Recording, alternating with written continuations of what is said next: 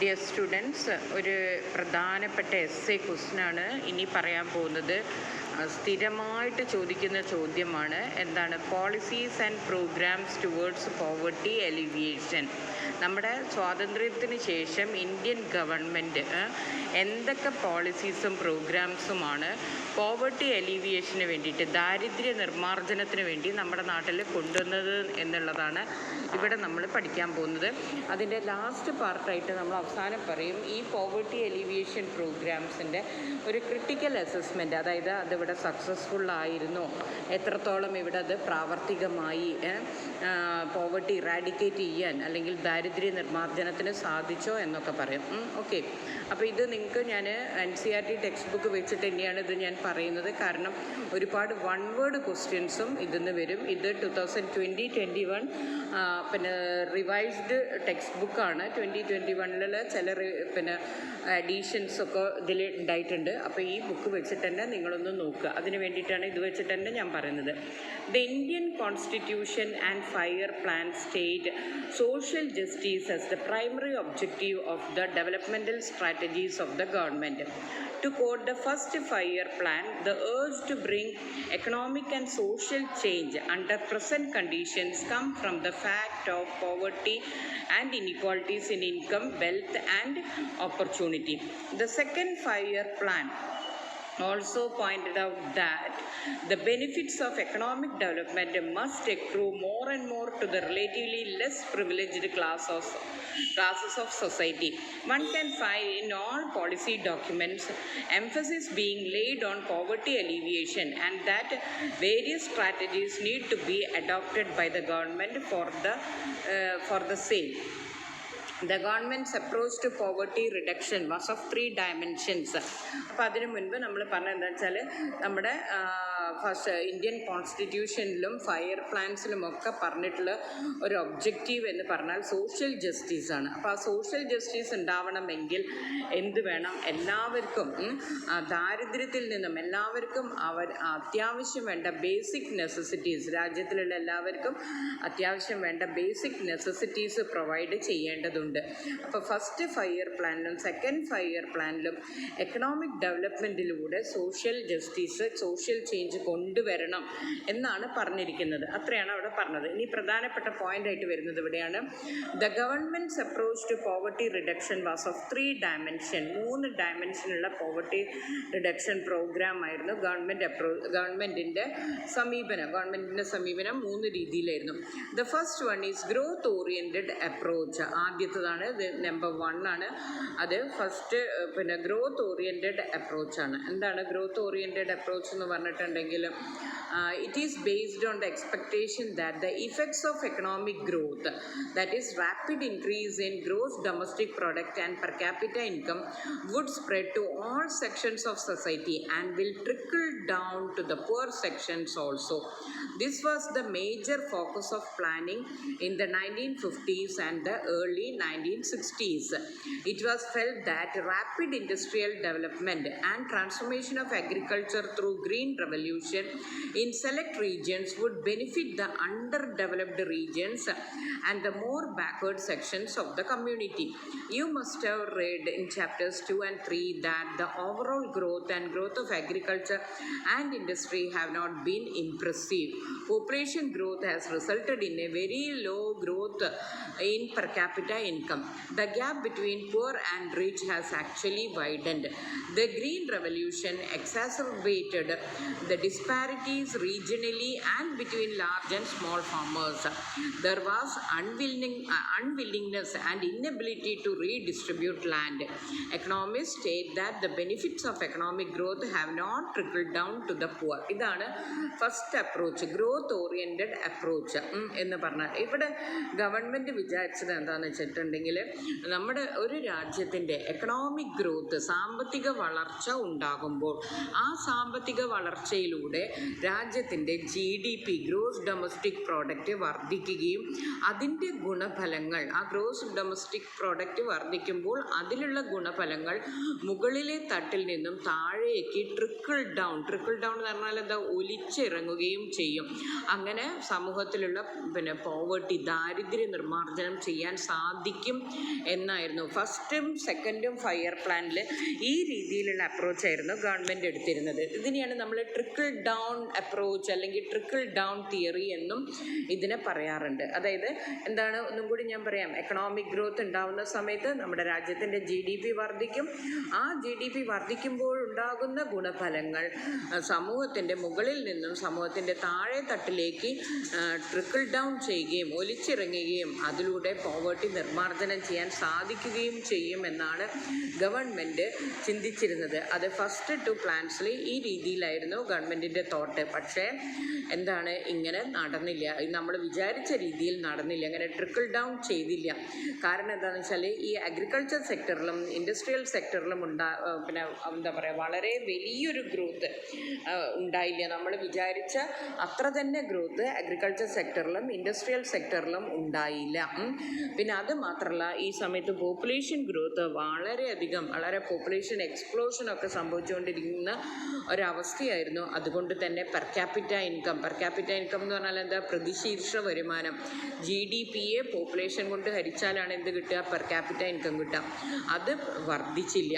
ഈ population growth കാരണം per capita income വർദ്ധിച്ചില്ല. മാത്രവുമല്ല, ഈ ഗ്രീൻ റെവല്യൂഷൻ്റെ ഒക്കെ ഒരു ഇഫക്റ്റ് ചില സംസ്ഥാനങ്ങളിൽ മാത്രമായി ഒതുങ്ങി നിന്നു. ആ ചില സംസ്ഥാനങ്ങളിൽ ഉണ്ടായ ഗ്രീൻ റെവല്യൂഷൻ മറ്റ് സംസ്ഥാനങ്ങളെയും സഹായിക്കുമെന്നാണ് ഗവൺമെൻറ് വിചാരിച്ചിരുന്നത്. പക്ഷെ അത് നടന്നില്ല. അത് റീജിയണൽ ഡിസ്പാരിറ്റി ഉണ്ടാവാനും പല പ്രദേശങ്ങൾ തമ്മിൽ സാമ്പത്തികമായി വിടവ് ഉണ്ടാവാനും ഇത് കാരണമായി. അതുമാത്രമല്ല, റിച്ചും പൂറും തമ്മിലുള്ള ഡിസ്റ്റൻസ് കൂടുന്നതിനും ഇത് കാരണമായി.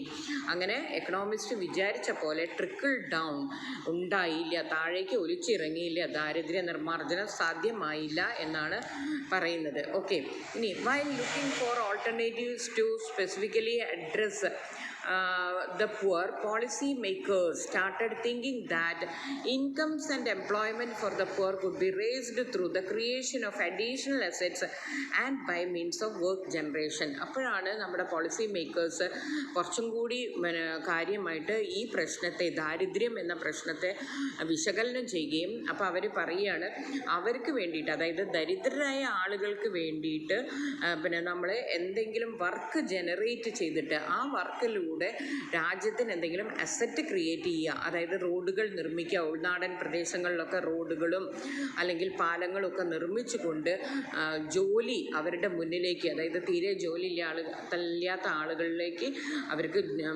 എംപ്ലോയ്മെൻറ്റ് ക്രിയേറ്റ് ചെയ്യുക. അതിലൂടെ അവരെ ഉയർത്തിക്കൊണ്ടുവരാൻ സാധിക്കും. കൂട്ടത്തിൽ രാജ്യത്തിന് വേണ്ട അസറ്റ് ഉണ്ടാക്കാൻ വേണ്ടി സാധിക്കും എന്ന്.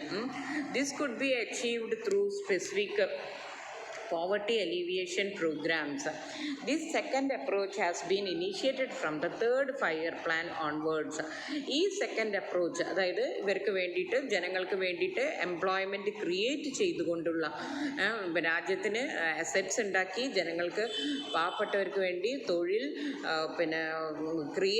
സൃഷ്ടിച്ചു കൊണ്ടുള്ള ഈ പോവർട്ടി എലിവേഷൻ പ്രോഗ്രാം ആരംഭിച്ചത് തേർഡ് ഫയർ പ്ലാൻ്റെ സമയത്താണ്. വൺ വേർഡ് ക്വസ്റ്റ്യൻ ആയിട്ട് ചോദിക്കാം. And progressively enlarged since then. One of the noted programs initiated in the 1970s was Food for Work. 1970 ഉണ്ടായ ഒരു പ്രധാനപ്പെട്ട ഇത്തരത്തിലുള്ള ഒരു പ്രോഗ്രാമാണ് ഫുഡ് ഫോർ വർക്ക്. ഇനി ഇതിൽ തന്നെ നമ്മൾ 2 തരത്തിലുള്ള, അതായത് സെൽഫ് എംപ്ലോയ്മെൻറ്റും വേജ് എംപ്ലോയ്മെൻറ്റും പ്രോഗ്രാം ഉണ്ട്. സ്വയമായിട്ട് തൊഴിൽ കണ്ടുപിടിക്കാനുള്ള സാധ്യതകൾ ഉണ്ടാക്കിക്കൊണ്ടുള്ള പ്രോഗ്രാമും, അതെല്ലാം അവർക്ക് തൊഴിൽ കൊടുത്തിട്ട് കൂലി ഗവൺമെൻറ് നൽകുന്ന രീതിയിലുള്ള പ്രോഗ്രാമും ഉണ്ട്. അപ്പോൾ ആദ്യം നമ്മൾ സെൽഫ് എംപ്ലോയ്മെൻറ്റ് പ്രോഗ്രാമിനെ പറ്റിയിട്ടാണ്, അത് ഞാൻ സെക്കൻഡ് എ എന്നിട്ടിട്ടുണ്ട്. Most poverty alleviation programmes implemented are based on the perspective of the five plans. Expanding self employment programmes and wage employment programmes are being considered as the major ways of addressing poverty. ഈ self employment പ്രോഗ്രാമും wage employment പ്രോഗ്രാമുമാണ് ദാരിദ്ര്യ നിർമ്മാർജ്ജനത്തിലുള്ള പ്രധാനപ്പെട്ട വഴികളായിട്ട് government തിരഞ്ഞെടുത്തത്. ഇനി self employment പ്രോഗ്രാമിനെ പറ്റിയിട്ടാണ് പറയാൻ പോകുന്നത്. Examples of self employment programmes implemented until 2008. 2008 വരെ ഇവിടെ നടപ്പിലാക്കിയിട്ടുള്ള സെൽഫ് എംപ്ലോയ്മെൻറ്റ് പ്രോഗ്രാം ആയിരുന്നു റൂറൽ എംപ്ലോയ്മെൻറ്റ് ജനറേഷൻ പ്രോഗ്രാം ബ്രാക്കറ്റിൽ REGP, prime minister's Rozgar Yojana PMRY and Swarna Jayanti Shahari Rozgar Yojana. First programme എന്ന് പറഞ്ഞിട്ടുണ്ടെങ്കിൽ എന്താണ്? REGP. First programme aimed at creating self employment opportunities in urban areas. അപ്പോൾ REGP എന്ന് പറഞ്ഞിട്ടുണ്ടെങ്കിൽ അർബൻ ഏരിയാസിൽ സ്വയം തൊഴിൽ കണ്ടുപിടിക്കുന്നവരെ സഹായിക്കാൻ, അവസരങ്ങൾ കൊടുക്കാൻ വേണ്ടിയിട്ട് ഉണ്ടാക്കിയ ഒരു പ്രോഗ്രാമായിരുന്നു. The Khadi and Village Industries Commission was implementing it. ഈ Khadi and Village Industries Commission ഈ ഒരു പ്രോഗ്രാം ഉപയോഗിച്ച് പല ആളുകൾക്കും തൊഴിൽ നൽകുന്നതായിട്ടുണ്ട്, തൊഴിൽ ക്രിയേറ്റ് ചെയ്യാൻ സഹായിക്കുന്നുണ്ട്. Under this programme one could get financial assistance in the form of bank loans to set up small industries. ചെറിയ വ്യവസായ യൂണിറ്റുകൾ ഉണ്ടാക്കാൻ വേണ്ടിയിട്ട് ബാങ്ക് ലോൺസ് ഒക്കെ പ്രൊവൈഡ് ചെയ്യുന്നതാണ് ഈ programme. The educated unemployed from the low income families in rural and urban areas could get financial help to set up any kind of enterprise that generate employment under PMRY. PMRY എന്ന് പറഞ്ഞ പ്രോഗ്രാമത്തിൽ prime minister's Rozgar യോജനയിൽ അത് rural ഏരിയയിലും urban ഏരിയയിലുമുള്ള educated unemployed, വിദ്യാഭ്യാസമുള്ള തൊഴിലില്ലാത്തവർക്ക് എന്തെങ്കിലും ജോലി setup ചെയ്യാൻ അവർക്ക് വേണ്ട സഹായം കൊടുക്കുന്നതായിരുന്നു PMRY എന്ന് പറയുന്നത്. ദ SJSRY എന്താണ്? സ്വർണ ജയന്തി ഷഹരി റോസ്ഗാർ യോജന എന്ന് പറയുന്നത് mainly aimed at creating employment opportunities both self employment and wage employment in urban areas. Urban ഏരിയാസിൽ, നഗരപ്രദേശങ്ങളിൽ എംപ്ലോയ്മെൻറ്റ് ഓപ്പർച്യൂണിറ്റി ക്രിയേറ്റ് ചെയ്യാനുള്ളതാണ് SJSRY. ദീസ് പ്രോഗ്രാംസ്, ഈ 3 പ്രോഗ്രാംസും കൂടി ചേർന്നിട്ട് ഇപ്പം now become Prime Minister's Employment generation Programme PMEGP എന്ന പ്രോഗ്രാമായിട്ട് മാറിയിട്ടുണ്ട്. അതിൻ്റെ പേര് Prime Minister's Employment generation Programme എന്നാണ്. Earlier under self employment programme financial assistance was given to families or individuals. Since the 1990s, this approach has been changed. കുറച്ച് മുമ്പ് എങ്ങനെയാണെന്ന് വെച്ചാൽ ഈ സെൽഫ് എംപ്ലോയ്മെൻറ്റ് പ്രോഗ്രാമിന് വേണ്ടിയിട്ടുള്ള സാമ്പത്തിക സഹായം കുടുംബങ്ങൾക്കും വ്യക്തികൾക്കുമൊക്കെ നേരിട്ട് കൊടുക്കുകയായിരുന്നു. പക്ഷേ 1990s ശേഷം ഈ അപ്രോച്ചിന്, ഈ സമീപനത്തിനൊരു മാറ്റം വന്നിട്ടുണ്ട്. This approach has been changed. Now those who wish to benefit from these programs are encouraged to form self-help groups. അപ്പോൾ ഇപ്പോൾ എങ്ങനെയാണെന്ന് വെച്ചിട്ടുണ്ടെങ്കിൽ ചെറിയ സെൽഫ് ഹെൽപ്പ് ഗ്രൂപ്പ്, നമ്മുടെ കുടുംബശ്രീയുടെ ഒരു ആരംഭത്തോടു കൂടിയാണ് ഇത്തരത്തിലുള്ള ഒരു രീതി. അത് ചെറിയ യൂണിറ്റുകൾ ഉണ്ടാക്കുക, 10-15 ആളുകൾ ചേർന്നിട്ടുള്ള ചെറിയ യൂണിറ്റുകൾ ഉണ്ടാക്കുകയും ആദ്യം തന്നെ അവർ ഒരു സേവിങ് നടത്തിയിട്ട് ആഴ്ചയ്ക്ക് അവർ പൈസ എടുത്ത് സേവിങ് നടത്തി അവരുടെ ഇടയിൽ തന്നെ ഈ പൈസ ലോണായിട്ട് കൊടുക്കുകയും ചെയ്യാം. മനസ്സിലായില്ലേ? ഇത് initially they are encourage to save some money and lend some among themselves as small loans. അങ്ങനെ ഇത് കൃത്യമായിട്ട് നടക്കുന്നുണ്ട് എന്ന് മനസ്സിലാക്കി കഴിഞ്ഞാൽ പിന്നെ ഗവൺമെൻറ് എന്ത് ചെയ്യും? Later through banks the government provides partial financial assistance to SHGs which then decide whom the loan is to be given to for self employment activities. അങ്ങനെ അതിനുശേഷം ബാങ്കുകൾ വഴി ഈ സെൽഫ് ഹെൽപ്പ് ഗ്രൂപ്പുകൾക്ക് ലോണുകൾ കൊടുക്കുക. അപ്പോൾ ആ സെൽഫ് ഹെൽപ്പ് ഗ്രൂപ്പുകൾ തീരുമാനിക്കും ആർക്കൊക്കെയാണ് ലോൺ കൊടുക്കേണ്ടത്, എന്തിനൊക്കെയാണ് ലോൺ കൊടുക്കേണ്ടത് എന്നത് തീരുമാനിക്കും. ഇത് വളരെ സക്സസ്ഫുൾ ആയിട്ടുള്ള ഒരു സ്ട്രാറ്റജിയാണെന്ന് നിങ്ങൾക്ക് തന്നെ മനസ്സിലാവും. നമ്മൾ നല്ല രീതിയിൽ നിങ്ങളൊന്ന് അന്വേഷിച്ച് നോക്കുക, നിങ്ങളുടെ അമ്മമാരുടെ അടുത്തൊക്കെ കുടുംബശ്രീയുടെ പ്രവർത്തനങ്ങളെക്കുറിച്ച് അന്വേഷിച്ച് നോക്കുക. ഓക്കെ, ഇനി Swarna Jayanti Gram Swarozgar Yojana SGSY is one such programme. അപ്പോൾ അങ്ങനെയുള്ള ഒരു പ്രോഗ്രാമാണ് ഈ SGSY എന്ന് പറയുന്നത്. This has now been restructured as national rural livelihood mission NRLM. ഈ SGSY എന്നുള്ളത് ഇപ്പം അതിൻ്റെ പേര് അതിനെ റീസ്ട്രക്ചർ ചെയ്തിട്ടുണ്ട്. അതെന്താണ്? NRLM, നാഷണൽ റൂറൽ, അതായത് ഗ്രാമീണ മേഖലയിൽ ലൈവ്ലിഹുഡ് ഉണ്ടാക്കാനുള്ള ഒരു മിഷനായിട്ട് മാറിയിട്ടുണ്ട്. എന്നിട്ട് അതിന് പുതിയൊരു പേരും കൊടുത്തു, ദീൻ ദയാൽ ഉപാധ്യായ അന്ത്യോദയ യോജന എന്നാണ് ഇതിൻ്റെ പുതിയ പേര്. A similar programme called national urban livelihood mission has also been in place for urban poor. അപ്പോൾ അർബൻ പുവറിന് ഇത് NRLM, റൂറൽ പുവറിനാണെങ്കിൽ പിന്നെ NULM എന്നുള്ളത് അർബൻ പുവർ, നഗരപ്രദേശത്തെ ദരിദ്രർക്ക് വേണ്ടിയിട്ടുള്ളതാണ്. അടുത്തത് നമ്മളിനി പറയാൻ പോകുന്നത്, അപ്പോൾ ഇത്രയും പറഞ്ഞിരിക്കുന്നത് നമ്മൾ എന്തായിരുന്നു? സെൽഫ് എംപ്ലോയ്മെൻറ്റ് പ്രോഗ്രാമിനെ പറ്റിയിട്ടാണ്. ഇനി സെക്കൻഡിൽ B, വേജ് എംപ്ലോയ്മെൻറ്റ് പ്രോഗ്രാമിനെ പറ്റിയിട്ടാണ് നമ്മൾ പറയാൻ പോകുന്നത്. The government has a variety of programmes to generate wage employment for the poor unskilled people living in rural areas. In August 2005, the Parliament passed a new act to provide guaranteed wage employment to every rural household whose adult volunteer is to do unskilled manual work for a minimum of 100 days in a year. നമ്മൾ 2005 ഓഗസ്റ്റിൽ ഒരു bill പാസ്സാക്കിയിട്ടുണ്ട്.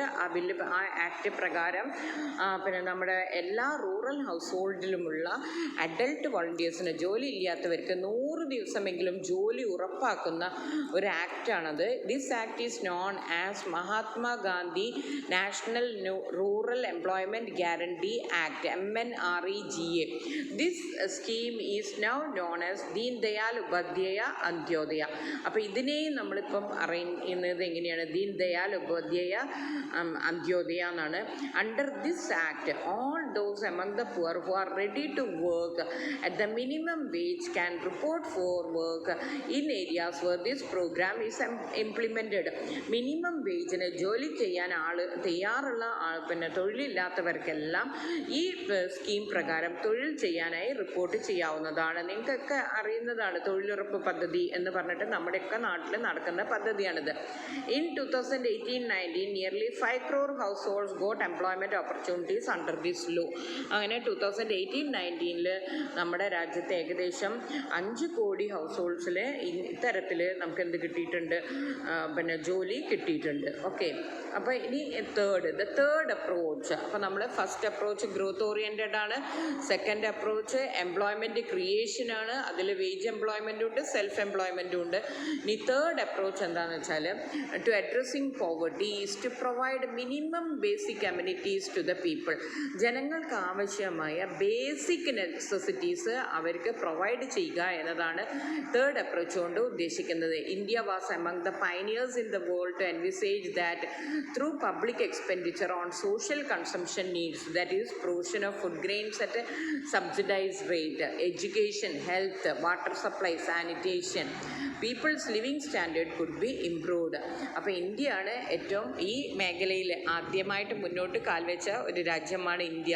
അതായത് ജനങ്ങൾക്ക് basic minimum ആയിട്ടുള്ള food grains, ഭക്ഷ്യധാന്യങ്ങൾ, വിദ്യാഭ്യാസം, ആരോഗ്യ സംരക്ഷണം, പിന്നെ വെള്ളം, പ്യുവർ ഡ്രിങ്കിങ് വാട്ടർ, വൃത്തി, സാനിറ്റേഷൻ, ഇതൊക്കെ കൊടുത്തുകൊണ്ട് ജനങ്ങളുടെ ലിവിങ് സ്റ്റാൻഡേർഡ്, ജീവിത നിലവാരം മെച്ചപ്പെടുത്താമെന്ന് തീരുമാനിച്ചത്. Programmes under this approach are expected to supplement the consumption of the poor, create employment opportunities and bring about improvements in health and education.